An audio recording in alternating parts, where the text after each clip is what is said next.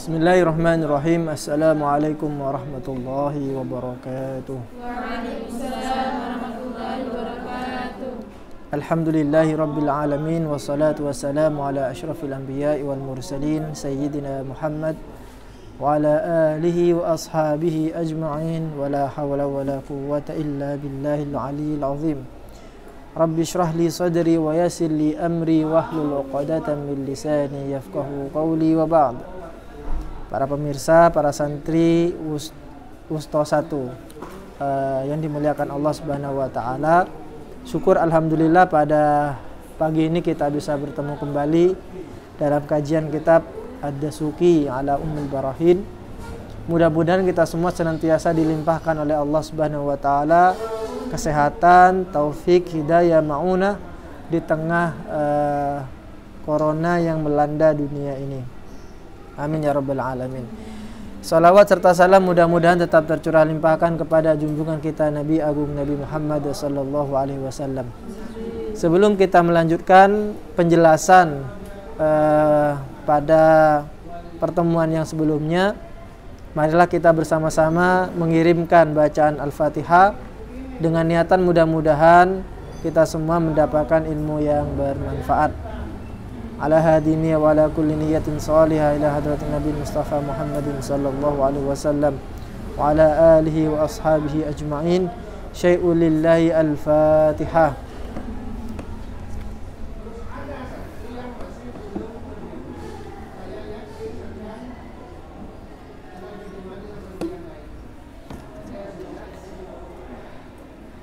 Melanjutkan keterangan dari apa yang kita pelajari pada pertemuan sebelumnya, bahwa hukum salah satunya terbagi menjadi hukmul adi. Ada hukum syar'i, ada al-hukmul adi.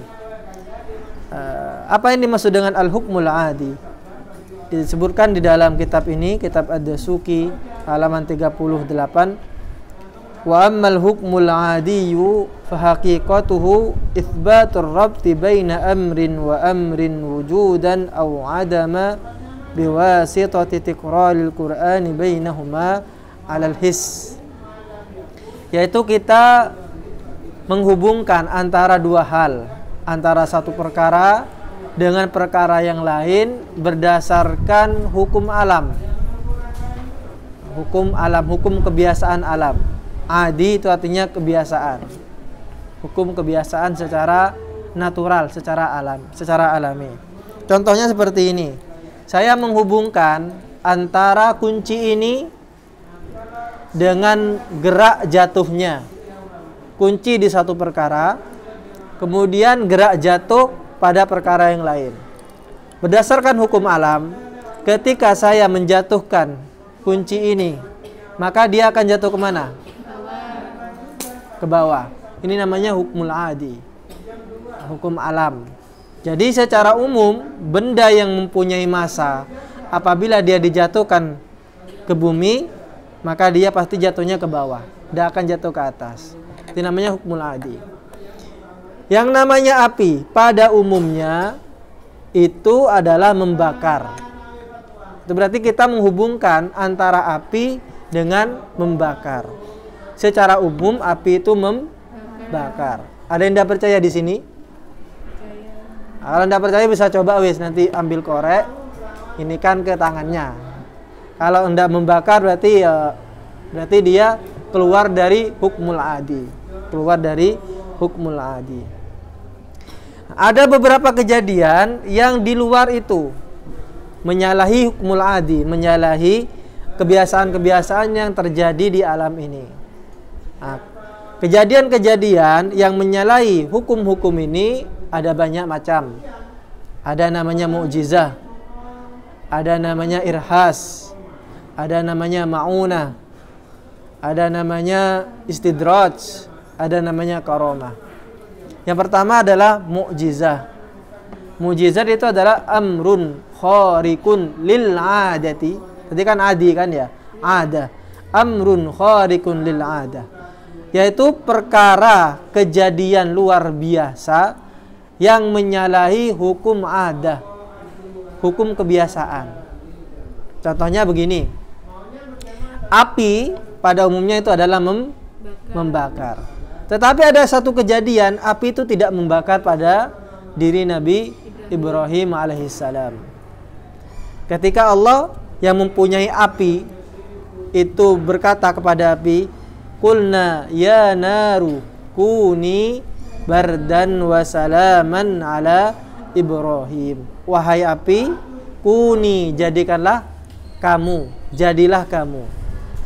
Kuni. Dalam hal ini berarti kita tahu an-nar itu bentuknya mudzakkar atau muannas? Muannas. Buktinya apa? Kuni. Kalau mudzakkar maka kun. Kun fayakun. Tapi kalau dia muannas kuni. Sampai kalau kias ke bawah kuna, kunu, kuni, kunna.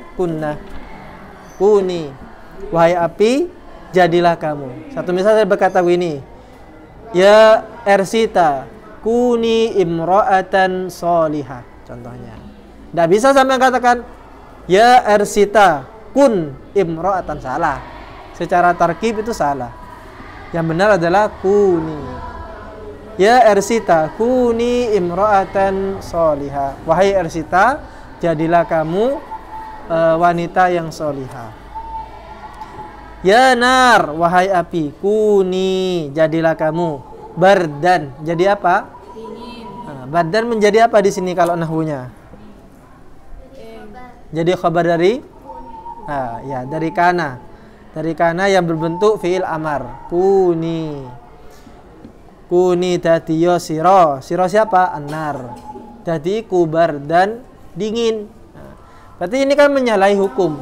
Yang biasanya api itu panas, membakar, malah ini kemudian menjadi dingin. Apakah cukup di situ saja? Bardan saja?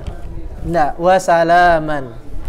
Dingin tapi yang menyelamatkan. Andai saja Allah hanya berkata kuni bardan saja, bisa jadi Nabi Ibrahim kedinginan, meninggal kedinginan. Tapi Allah berkata kuni bardan wasalaman ala Ibrahim. Jadilah kamu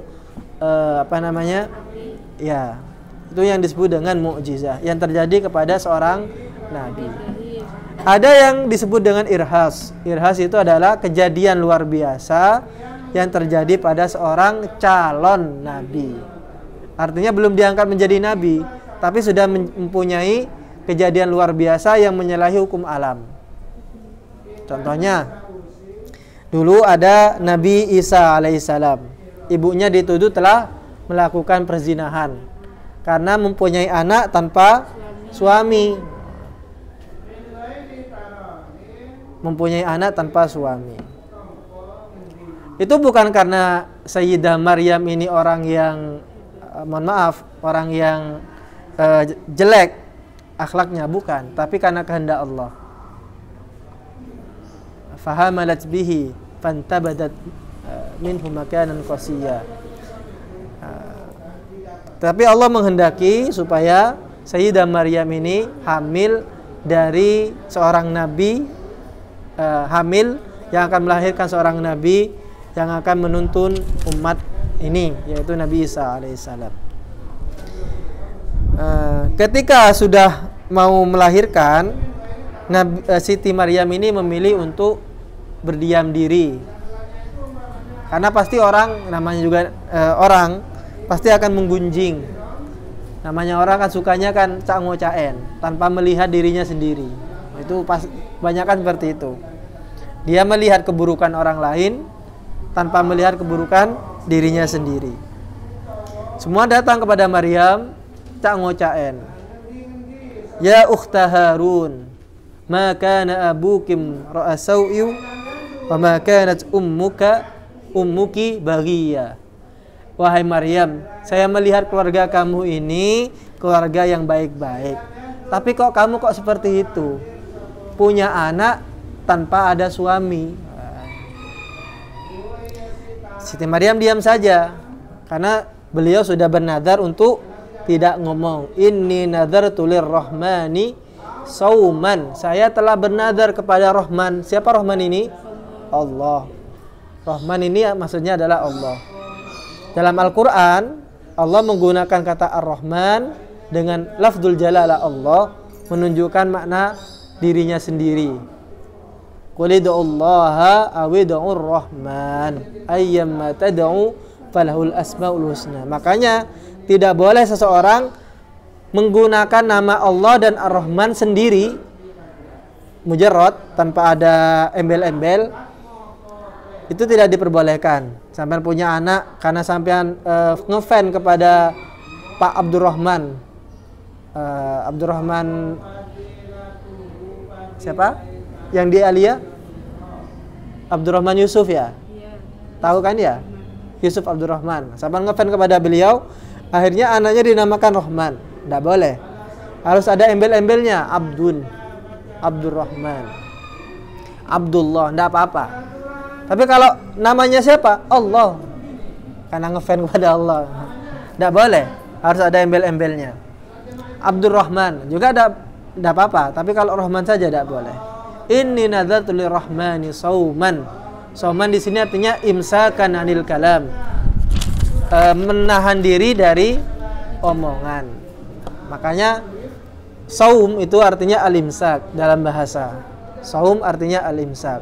Kalau sampai berpuasa artinya al-imsaku anit ta'ami wasyarabi wal jima'. Sampean kalau berpuasa berarti menahan diri dari makan, dari minum, dari ya disensor itu. Jima' ya. Inni nadzartu lirrahmani shauman falan ukallimal yawma insiya. Maka pada hari ini saya tidak akan ngomong kepada satu orang pun. Lan itu artinya tidak akan pernah ngomong. Falan ukallima, saya tidak akan pernah ngomong. Ketika sampean nembak cowok Arab, kemudian cowok Arab itu berkata, lan uhibbaki. Itu artinya bahwa sampean tidak usah berharap kembali. Dia tidak akan pernah mencintai kamu. Itu namanya lan uhibbaki, tidak akan pernah ngomong lagi. Nah, kayak begini, Nabi Musa alaihissalam minta kepada Allah supaya Allah memperlihatkan diri. Apa kata Allah? Qala lan taroni, kamu tidak akan pernah melihatmu, tidak akan melihatku. Qala lan taroni walakin inzur ilal jabali fa in istaqarra makanahu fasawfa tarani. Tulan. Intinya begini, ketika semuanya datang menggunjing Sayyidah Maryam, fa asyarat ilaihi. Sayyidah Maryam memberikan isyarat kepada anak itu. Kamu kalau banyak omong, wis nanyakan kepada anak ini. Fa asyarat ilaihi. Kemudian mereka berkata, qalu kaifa nukallimu man kana fil mahdi sabiyya. Bagaimana kita bisa ngomong sama bayi, sama orang yang baru dilahirkan? Kan tidak bisa kan? Ternyata bayi itu kemudian bisa ngomong, bisa bicara. Ini disebut dengan irhas. Kejadian luar biasa yang terjadi kepada calon nabi. Yang namanya bayi tidak bisa ngomong. Kalau sampean melahirkan kemudian anak sampean bisa ngomong, kebal tapi takut semuanya. Apalagi bisa nyanyi lagunya Justin Bieber atau misalnya, ada kebal. Nabi Isa bisa ngomong ketika itu. Inni Abdullah, saya ini adalah hamba Allah. Ataniyal kitab wa ja'alani nabiyya. Ini kalau saya cerita itu panjang. Intinya itu bahwa kejadian luar biasa yang terjadi pada diri seorang calon nabi itu disebut dengan irhas. Ada lagi kejadian luar biasa yang terjadi kepada seorang wali. Bukan wali band, tapi waliullah. Ala inna awliya Allahi la khawfun alaihim wa lahum yahzanun. Ketahuilah bahwa sesungguhnya para waliullah, kekasih-kekasih Allah, itu tidak pernah merasakan takut. Kenapa? Karena mereka percaya di samping mereka itu ada Allah.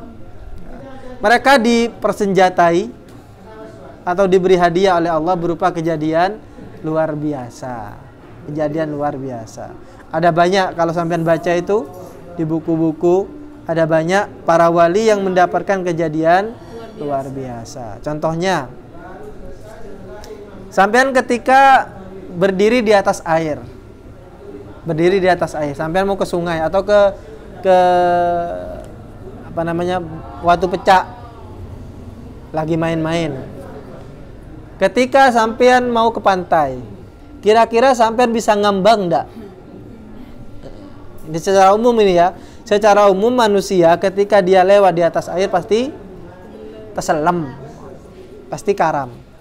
Loh, ini kok ada orang seorang wali, seorang yang soleh, itu kemudian bisa berjalan di atas air. Nah, ini kemudian yang disebut dengan kejadian luar biasa. Contohnya di dalam buku Surat kepada Anjing Hitam kalau tidak salah, yaitu autobiografi Syekhuna Khalil Bangkalan. Suatu ketika beliau ketika ngajar nahwu. Waktu itu yang dipelajari adalah susunan fi'liyah. Dicontohkan adalah koma Zaidun. Datang seseorang petani ke beliau. Syekh, saya ini petani yang mempunyai ladang timun. Tapi setiap malam pasti ada pencuri yang mencuri timun saya. Maka saya minta doa-doa ataupun apapun itu supaya pencuri itu tidak mencuri di ladang saya. Ketepatan ketika itu Syekhuna Khalil mengajar nahwu, dikasihlah di kertas ditulis koma Zaidun, dikasihkan kepada petani itu. Wis, kamu tanam ini di ladang kamu. Cuman dapat koma Zaidun. Ya sudah. Nah, datang ke ladangnya dan ditanam. Malam harinya seperti biasa, pencuri ini tidak tahu siapa ini yang mencuri. Apakah anak santri atau kancil. Kalau dulu saya ketika nyantri di sini, dulu kan mandinya masih di sungai. Itu sering di sungai itu kan ada ladang timun juga. Tuh sering menjadi sasaran anak-anak santri. Dan juga di sini dulu di bangunan yang dalam timur yang baru, yang musola itu, dulu di situ tempatnya jeruk-jeruk. Biasanya kita nyari jeruk di situ. Bukan nyari di bawah. Kalau ndak nemu ya petek kemudian dijatuhkan. Nanti temennya yang ngambil. Oh, saya nemu gitu. Singkat cerita kemudian datanglah pencuri ini seperti biasanya mau mengambil timun. Dan ternyata ketika dia mau pulang tidak bisa, dia tetap berdiri di tempat. Sampai pagi hari. Pagi harinya yang punya ladang itu akhirnya datang. Betapa kagetnya dia melihat ada pencuri yang tidak bisa lari, berdiri saja. Itu yang disebut dengan koma Zaidun. Itu Syekhuna Khalil. Tapi kalau santri Wonorejo enggak tahu bisa enggak dikasih koma Zaidun kayak gitu. Ersita bisa enggak? Sampai nulis koma Zaidun kemudian ada santri putra kasihkan gitu kemudian berdiri terus gitu. Itu yang disebut dengan karomah. Ada yang disebut dengan mauna. Mauna itu kejadian luar biasa yang Allah berikan kepada manusia biasa. Ada satu misal contohnya ada pesawat yang jatuh dari ketinggian 1000 kaki. Semua penumpang meninggal kecuali satu bayi. Tidak apa-apa, tidak ada luka, tidak ada apa, sehat-sehat saja. Menurut akal manusia kan itu tidak mungkin bisa terjadi, namun itu bisa terjadi. Itu yang disebut dengan mauna. Dan yang terakhir ada namanya istidraj. Istidraj artinya nyolak. Istidraj artinya nyolak. Kayak begini contohnya nyolak itu. Sampean mau minjam uang untuk beli makan. Kepada temannya. Ternyata tidak dikasih. Minta lagi ngeyel, tidak dikasih. Minta lagi ditarik-tarik gitu kan. Mixinya temannya itu ditarik-tarik sampai melorot gitu kan. Marahlah yang dimintai pinjaman itu. Marah. Akhirnya bilang apa? Yo wes. Dia ngambil nasi, kemudian dilemparkan kepada yang minta itu. Ini makan, duk-beduk. Nah, itu namanya nyolak. namanya istidraj. Nah, istidraj itu diberikan kepada orang-orang kafir. Mereka mempunyai kemampuan untuk melakukan sesuatu yang luar biasa, namun mereka itu statusnya kafir. Itu namanya istidraj. Nah, ini yang disebut dengan hukmul adi. Manusia, yang namanya manusia itu tidak pernah terlepas dari hukmul adi, hukum kebiasaan.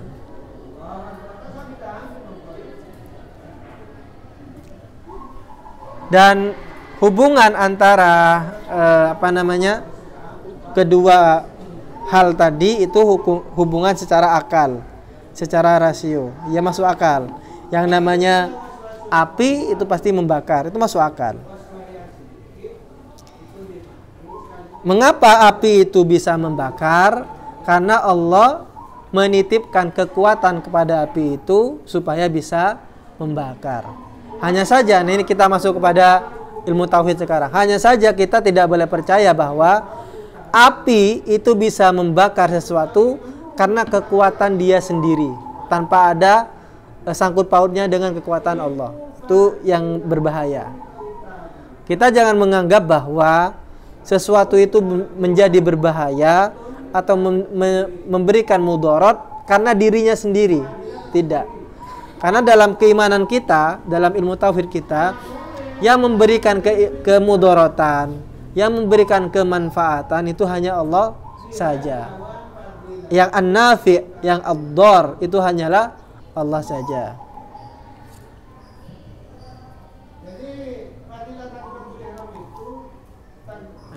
Kenapa? Karena Allah yang menghendaki itu. Andai saja Allah tidak menghendaki, maka tidak terjadi. Seperti kasusnya Nabi Ibrahim tadi. Ketika Allah menghendaki api itu tidak membakar, ya tidak membakar. Seperti itu. Ini sangat penting sekali. Mengapa? Karena terkadang orang kemudian salah paham. Salah paham. Contohnya seperti ini. Ada satu jalan yang itu rawan kecelakaan. Kebetulan di situ ada pohon besar, pohon beringin contohnya. Kemudian orang itu percaya bahwa yang menyebabkan kecelakaan itu adalah pohon beringin. Padahal tidak, karena mungkin ya tempatnya karena licin satu misal atau apa gitu kan, sehingga di situ rawan kecelakaan. Nah, ketika kita percaya bahwa yang memberikan kemudaratan itu adalah pohon beringin, maka itu yang disebut dengan musyrik. Bahwa yang membakar seseorang itu adalah api dengan kekuatannya sendiri tanpa ada sangkut pautnya dengan kekuatan Allah, maka itu yang disebut dengan musyrik. Dikatakan di sini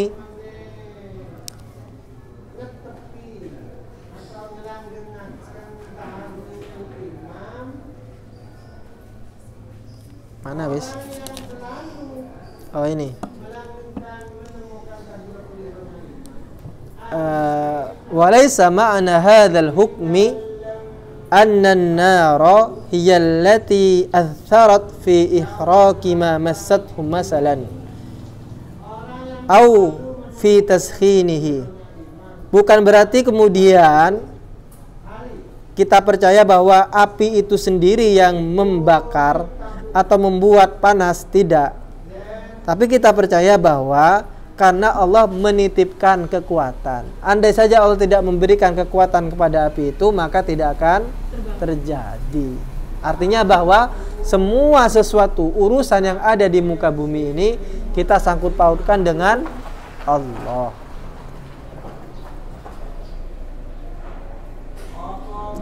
Contohnya seperti ini, pisau. Sampai percaya tidak pisau itu bisa membunuh seseorang? Atas izin Allah. Semuanya atas izin Allah.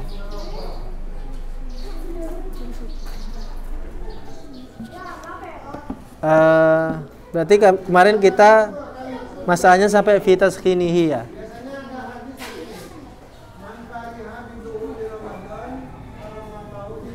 Ya, kita lanjutkan berarti.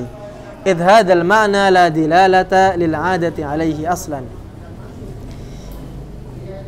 Idh hadzal ma'na tegese kilah makna, tegese utawi kilah makna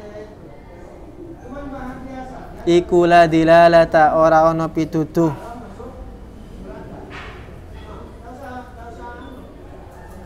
lil adati maring kebiasaan